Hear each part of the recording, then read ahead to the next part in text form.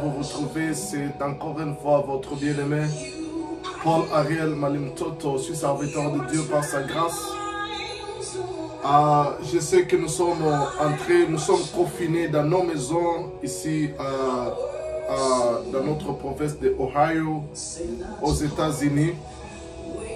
Alors, beaucoup sont en train de se poser des questions. Est-ce la fin du monde? Est-ce ce coronavirus est-il vraiment la fin du monde? Jésus-Christ lui aussi avait reçu la même question dans Matthieu chapitre 4 verset 25. Non, Matthieu chapitre 24 verset 3, il dit: il s'assit sur la montagne des Oliviers et les disciples vinrent en particulier lui poser cette question: dis-nous quand cela arrivera-t-il et quel sera le signe de ton avènement et de la fin du monde? Jésus répondit: prenez garde que personne ne vous séduise, car plusieurs viendront sous mon nom, disant c'est moi qui suis le Christ, et il séduira beaucoup de gens. Vous entendrez parler de guerre, de bruits de guerre. Gardez-vous d'être troublés, car il faut que ces choses arrivent, mais ce ne sera pas encore la fin. Une nation se lèvera contre une autre, une nation, un royaume contre un royaume, et il y aura en divers lieux de famines et de tremblements de terre, et dans d'autres versions on dit et de peste. Tout cela ne sera que le commencement des douleurs. Verset 14. Cette bonne nouvelle du royaume sera prêchée dans le monde entier pour servir de témoignage à toutes les nations, alors viendra la fin.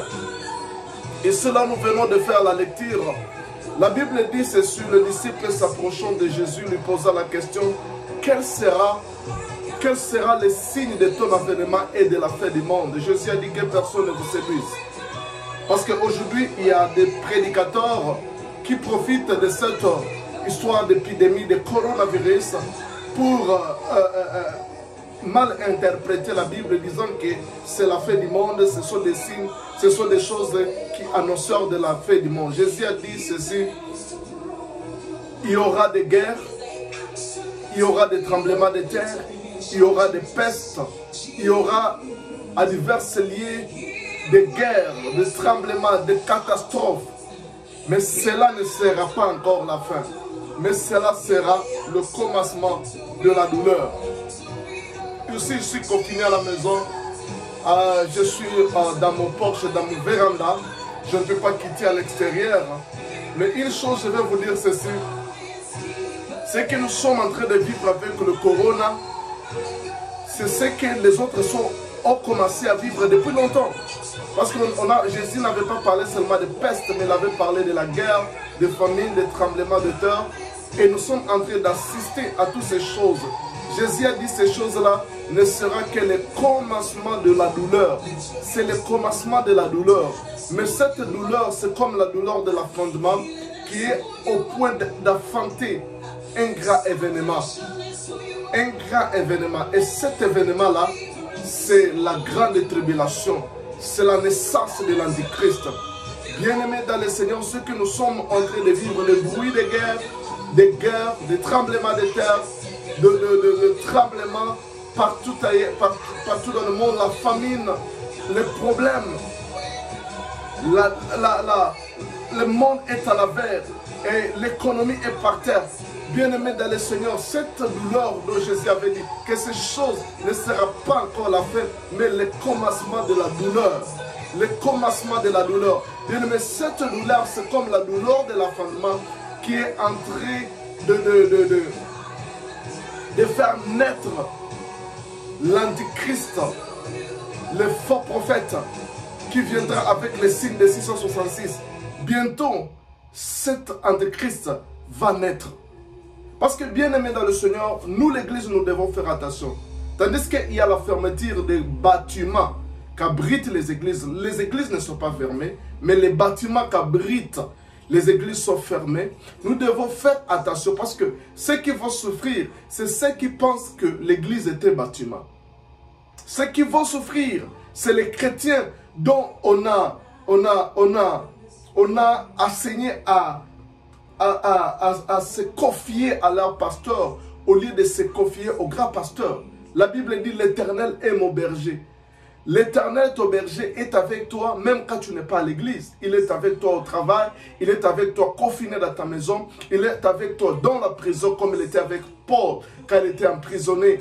Bien-aimé, l'Éternel est avec toi partout où tu es confiné, partout où tu es. Et l'Éternel étant ton berger, il te conduira vers le vert pâturage, il pourvoira à tes besoins.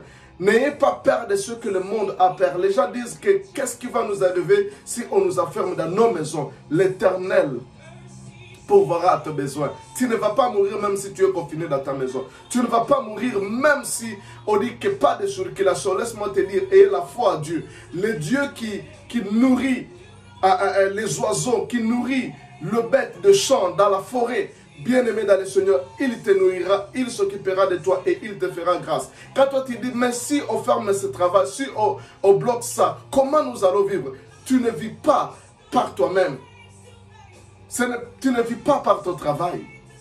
L'Éternel est celui qui te fait vivre. Il va créer une voie et tu vas voir comment tu vas vivre. Et ensemble, nous allons surmonter et nous allons passer et traverser victorieusement cette période de tentation du monde. Mais bien aimé dans le Seigneur, nous l'Église, la vraie Église doit se réveiller. Doit se réveiller parce qu'à ce moment, l'Antichrist est en train de naître. L'Antichrist, il y a l'événement. Ces événements sont des événements précurseurs qui préparent l'arrivée de l'Antichrist, l'arrivée de la grande tribulation. Et la grande tribulation sera très difficile que ce que nous sommes en train de vivre. Alors, bien aimés dans le Seigneur, tout ce que nous voyons, le coronavirus, Ebola, les guerres, le bruit des guerres, le tremblement, les catastrophes, les hurricanes, les pestes, bien aimés dans le Seigneur, c'est le commencement de la douleur. Mais nous, l'Église, nous devons lever nos yeux parce que notre délivrance est proche. Et la Bible dit au verset 14 de Matthieu 24, et quand cette bonne nouvelle sera prêchée partout pour servir de témoignage, alors viendra la fin. Bien aimé, il est temps que nous puissions prêcher la bonne nouvelle. Bien aimé, la bonne nouvelle n'est pas encore prêchée convenablement.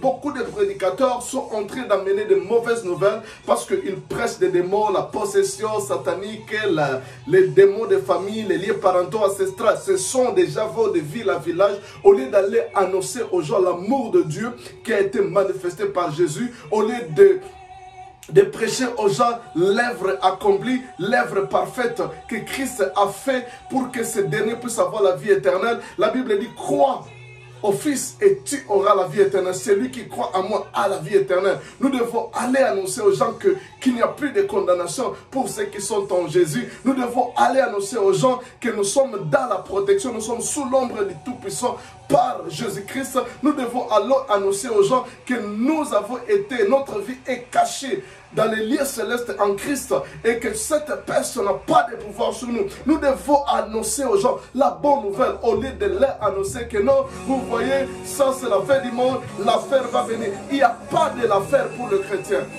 Que Dieu vous bénisse.